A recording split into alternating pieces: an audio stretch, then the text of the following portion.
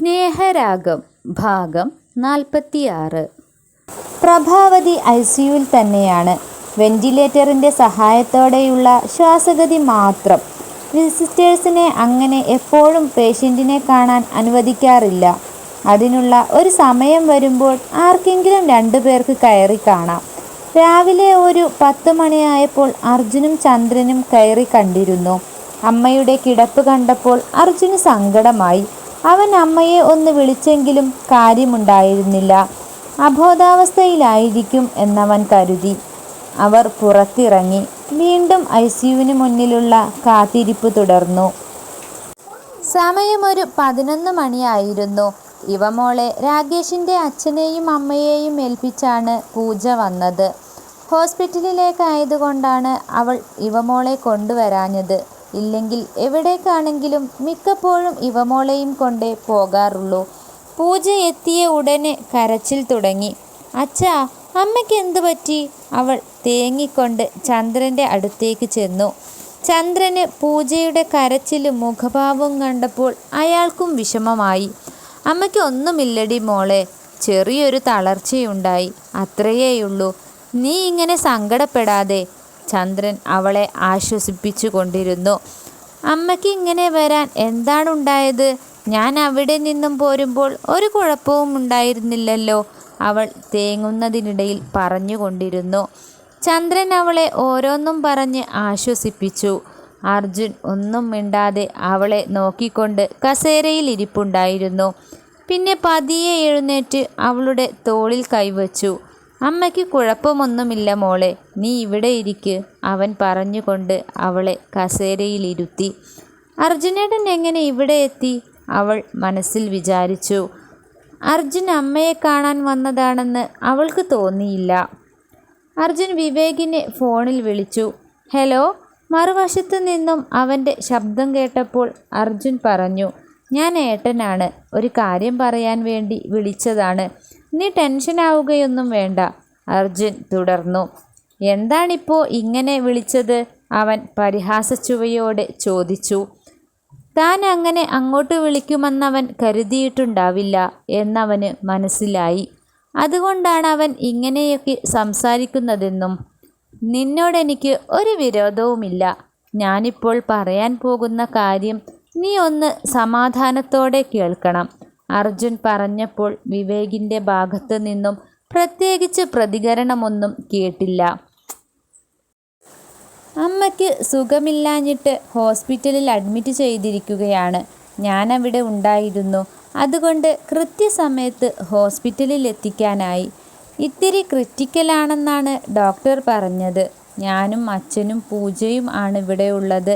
നിനക്ക് വരാൻ പറ്റുമോ? അർജുൻ ചോദിച്ചു. എന്തു പറ്റി പെട്ടെന്ന് അമ്മയ്ക്ക് ഇങ്ങനെ വരാൻ? വിവേകിൻ്റെ ശബ്ദത്തിൽ ആദി നിറഞ്ഞു നിന്നു. അർജുൻ ഉണ്ടായ കാര്യങ്ങൾ എല്ലാം അവനോട് തുറന്നു പറഞ്ഞു. നിനക്ക് ലീവ് കിട്ടുമോ എന്ന് നോക്ക്, അമ്മയ്ക്ക് അല്പം സീരിയസ് ആണ്, അർജുൻ പറഞ്ഞു. ലീവ് കഴിഞ്ഞ് അവിടെ നിന്നും പോന്നിട്ട് അധികമായില്ലല്ലോ, അതുകൊണ്ട് കിട്ടുമോ എന്നറിയില്ല. എന്നാലും പരമാവധി ശ്രമിക്കാം, വിവേക് പറഞ്ഞു. അവർ കുറച്ചു നേരം സംസാരിച്ചപ്പോൾ അവർക്കിടയിലെ മഞ്ഞ് ഉരുകാൻ തുടങ്ങിയിരുന്നു. അർജുൻ ഫോൺ കട്ട് ചെയ്ത് പൂജയ്ക്കരികിൽ വന്നിരുന്നു. ICUവിൻ്റെ വാതിൽ തുറക്കുന്ന ശബ്ദം കേട്ടപ്പോൾ പൂജ പെട്ടെന്ന് എഴുന്നേറ്റു. നഴ്സ് പുറത്തേക്ക് നോക്കിയപ്പോൾ പൂജ വേഗം അവരുടെ അടുത്തേക്ക് ചെന്നു. എനിക്ക് അമ്മയെ ഒന്ന് കാണണം സിസ്റ്റർ, അവൾ അത് പറയുമ്പോൾ വിതുമ്പുന്നുണ്ടായിരുന്നു. നിങ്ങളൊന്ന് വരൂ, നഴ്സ് അർജുനെ നോക്കി പറഞ്ഞപ്പോൾ അർജുൻ എഴുന്നേറ്റ് അവരുടെ അടുത്തെത്തി. നിങ്ങളോട് ഡോക്ടർ റൂമിലേക്ക് ചെല്ലാൻ പറഞ്ഞിട്ടുണ്ട്, അവർ പറഞ്ഞു. പിന്നെ പൂജയെ നോക്കി. എന്നിട്ട് അവർ പറഞ്ഞു, കുറച്ച് കഴിഞ്ഞ് കാണിക്കാം. അതും പറഞ്ഞ് അവർ ഡോർ അടച്ചു. എന്താകും ഡോക്ടറിന് പറയാനുള്ളതെന്ന് അർജുൻ ചിന്തിച്ചു. അർജുൻ പതിയെ ഡോക്ടറുടെ മുറിയിലേക്ക് നടന്നു. ഡോറിൽ പതിയെ തട്ടിയപ്പോൾ അവനോട് അകത്തേക്ക് കടന്നിരിക്കാൻ പറഞ്ഞു. അവൻ ഡോക്ടറുടെ മുന്നിലുള്ള കസേരയിലിരുന്നു. ഒരു നിമിഷം നിശബ്ദമായി ഇരുന്നു കൊണ്ട് ഡോക്ടർ പറഞ്ഞു തുടങ്ങി. ഞാൻ പറയാൻ പോകുന്ന കാര്യം സംയമനത്തോടെ കേൾക്കണം. അമ്മയുടെ കണ്ടീഷൻ മോശമാണ്. വെന്റിലേറ്ററിൻ്റെ സഹായത്തോടെയാണ് ശ്വസിക്കുന്നത്. ഒരു ഓപ്പറേഷൻ ഈ അവസ്ഥയിൽ ചെയ്യാനും പറ്റില്ല. ഇനിയിപ്പോൾ എന്തെങ്കിലും നടക്കണമെങ്കിൽ ഒരു മിറക്കിൾ സംഭവിക്കണം. ദൈവത്തിനോട് പ്രാർത്ഥിക്കാനല്ലാതെ ഈ ഒരവസരത്തിൽ ഒന്നും പറയാനില്ല. ആരെങ്കിലും ദൂരെ നിന്നും കാണാനുണ്ടെങ്കിൽ വരാൻ പറയാം. അതാവും ഏറ്റവും ബെറ്റർ, ഡോക്ടർ ആശ്വസിപ്പിച്ചുകൊണ്ട് പറഞ്ഞു. വേറെ ഏതെങ്കിലും സ്പെഷ്യൽ ഹോസ്പിറ്റലിൽ കൊണ്ടുപോയാലോ ഡോക്ടർ? അർജുൻ പ്രതീക്ഷയോടെ ചോദിച്ചു. ഇനിയിപ്പോൾ അതൊന്നും അമ്മയുടെ കാര്യത്തിൽ പോസിബിളാണെന്ന് തോന്നുന്നില്ല. ഇനി നിങ്ങൾക്ക് അങ്ങനെ തോന്നുന്നുണ്ടെങ്കിൽ ഞാൻ ഡിസ്ചാർജ് ചെയ്യാം. പക്ഷേ അത് നിങ്ങളുടെ നിർബന്ധത്തിൽ മാത്രമായിരിക്കും. ഇനി അതേപ്പറ്റി സംസാരിച്ചിട്ട് കാര്യമില്ല എന്നർജുന് മനസ്സിലായി. അവൻ ഡോക്ടറുടെ മുറിയിൽ നിന്നും ഇറങ്ങുമ്പോൾ താൻ കാരണമാണ് അമ്മയ്ക്ക് ഇങ്ങനെയൊരു അപകടം പറ്റിയത് എന്ന് അവന് തോന്നി. അവൻ്റെ ഉള്ളിൽ കുറ്റബോധം നിറഞ്ഞു നിന്നു. അർജുൻ 2 ദിവസമായി ഹോസ്പിറ്റലിൽ തന്നെയായിരുന്നു. ഒന്ന് കുളിച്ച് വേഷം മാറാൻ വേണ്ടി അവൻ വീട്ടിലെത്തി. കീർത്തന ശ്രീകുട്ടിയെയും സ്കൂളിൽ വിട്ട് വീട്ടിലെ ജോലികളിൽ ഏർപ്പെട്ടിരിക്കുകയാണ്.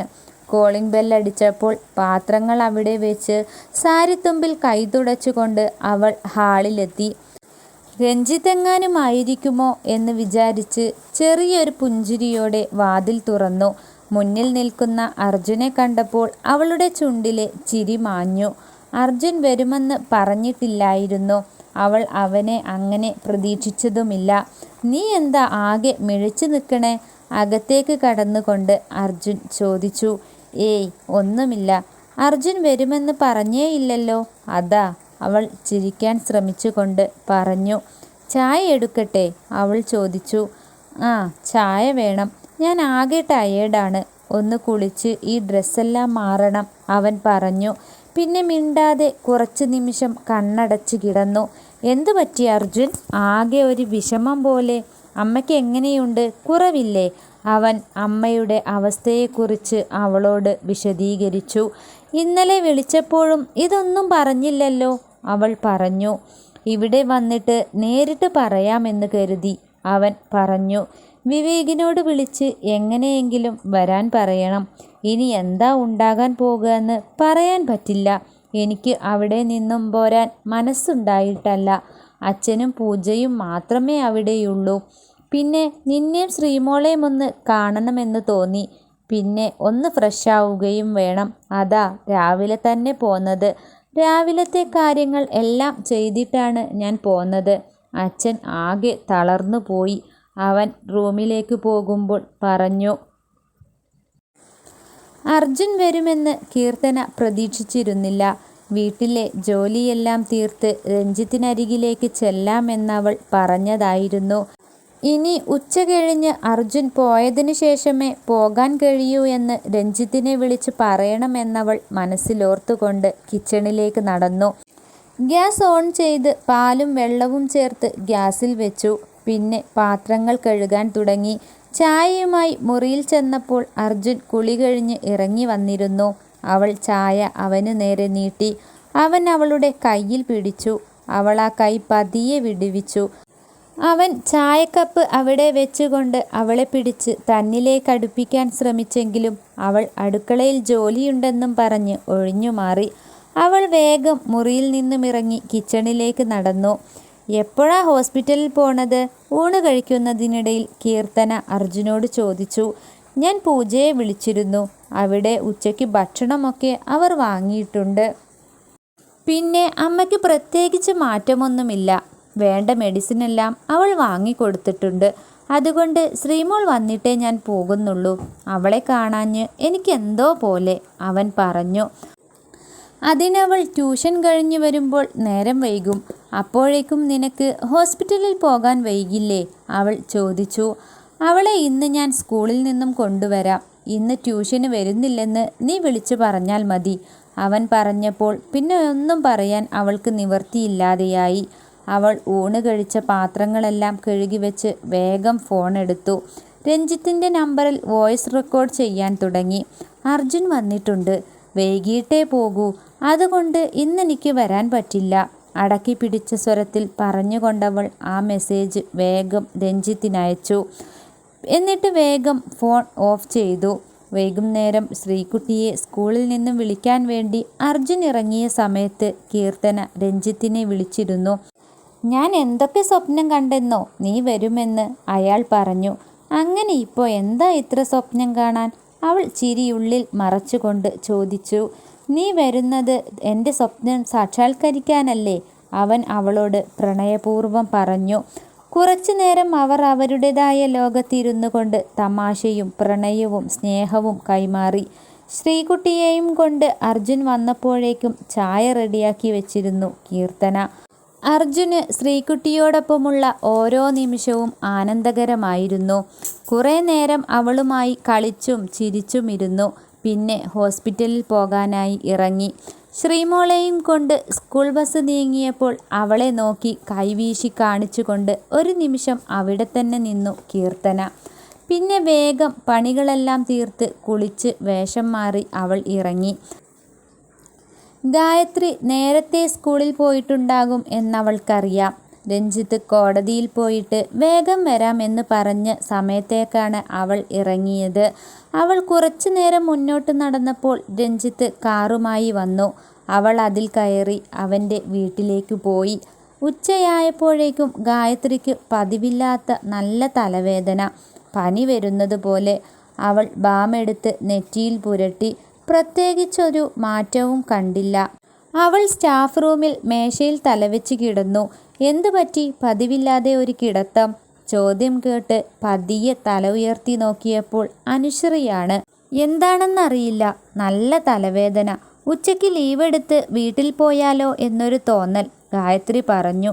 പനി വരുന്നത് പോലെ, അവൾ വീണ്ടും പറഞ്ഞു. വയ്യെങ്കിൽ പിന്നെ അത് തന്നെയാ നല്ലത്, അനുശ്രീയും പറഞ്ഞു. ഗായത്രി ഉച്ചയ്ക്ക് ശേഷം ലീവ് എഴുതിക്കൊടുത്ത് സ്കൂളിൽ നിന്നും ഇറങ്ങി. സ്കൂട്ടി എടുത്ത് വീട്ടിലേക്ക് ഓടിച്ചുപോയി. വീടെത്തിയപ്പോൾ രഞ്ജിത്തിൻ്റെ കാർ കിടക്കുന്നത് ശ്രദ്ധയിൽപ്പെട്ടു.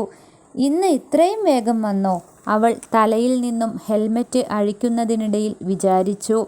പിന്നെ ചാവിയും ബാഗുമെടുത്ത് അവൾ സിറ്റൗട്ടിലേക്ക് കയറി. കോളിംഗ് ബെല്ലടിച്ച് അവൾ വാതിൽ തുറക്കാനായി കാത്തുനിന്നു.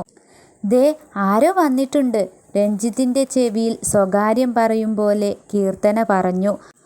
ആരാണെങ്കിലും തിരികെ പോയിക്കോട്ടെ, അവൻ അവളെ തൻ്റെ മാറിലേക്ക് ഇറുക്കി പിടിച്ചുകൊണ്ട് പറഞ്ഞു. ഒരു നൂലിഴയുടെ മറപോലുമില്ലാതെ അവർ രണ്ടുപേരും ഒന്നായലഞ്ഞ് കിടക്കുകയാണ്. അതിനിടയിൽ ഒരു ചെറിയ ശബ്ദം പോലും അവർക്ക് അവരുടെ ഇടയിൽ ഇഷ്ടമല്ലായിരുന്നു. വീണ്ടും ബെൽ മുഴങ്ങിയപ്പോൾ രഞ്ജിത്ത് എഴുന്നേറ്റു.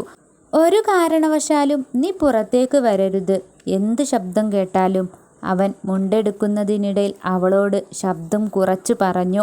അവൾ പതിയെ തലയനക്കി.